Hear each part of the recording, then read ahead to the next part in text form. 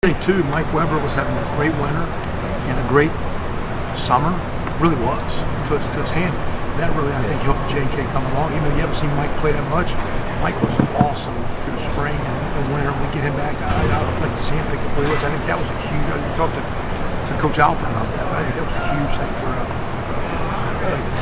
Coach Myers said, I think on Monday, that when Weber gets back, he's going to be rewarded.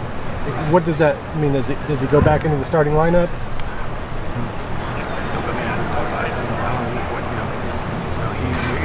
He's going to be rewarded because, again, I think I trust with the winter he had, the summer he had going, spring, summer he had going. He's missed a little bit of time. Hopefully he'll get kind of Marcus Ball more. Marcus is kind of back now. He's getting stronger.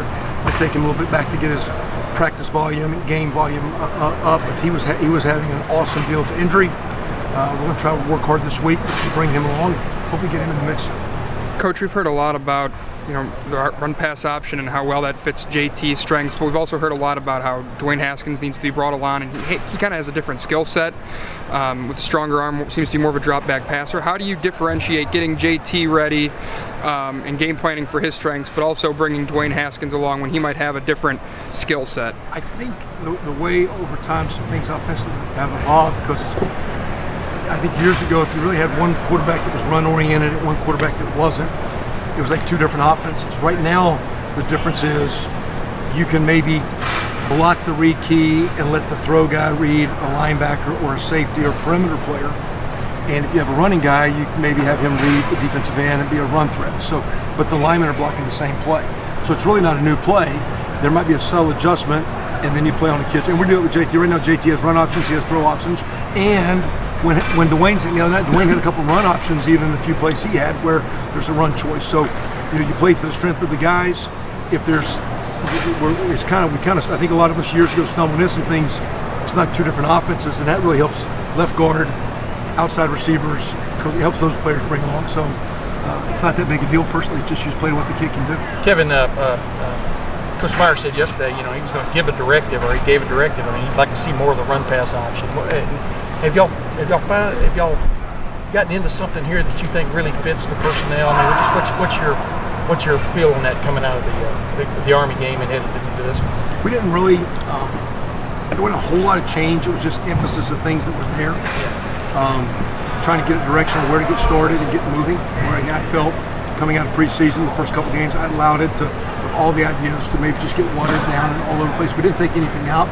I think we just looked at what we thought would be best to attack the structure of Army's defense, and each week it's a different structure, whether it be who you're blocking, it's different stress points, who the issues of who you can't block, and the coverage guys and spaces or whatever you're trying to do. So each week you emphasize different things.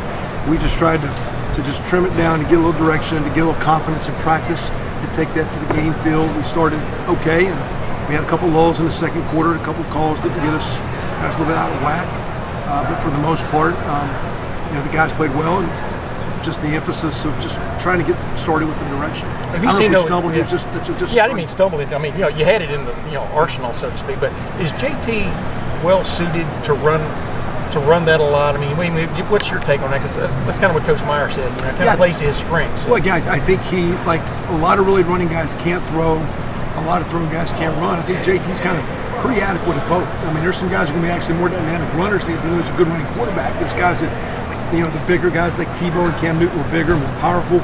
You got the real fast guys, and he's a solid, adequate runner. He's a solid, adequate passer. I think you put them both together, and when both things get working, he makes the offense complete. And I think you can say, hey, a guy has a strong arm, a guy could be a better runner.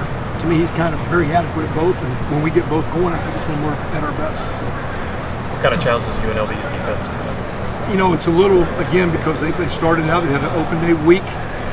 They started in the four-man structure. You're looking at last year's stuff. They started out with Idaho and Howard. They struggled in the first game, gave up points.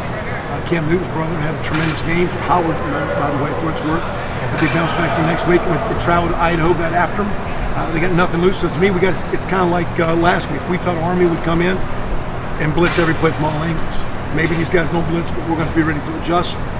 We're trying to keep our direction, move forward, build on it, and we need to be ready to adjust and adapt. Two more questions.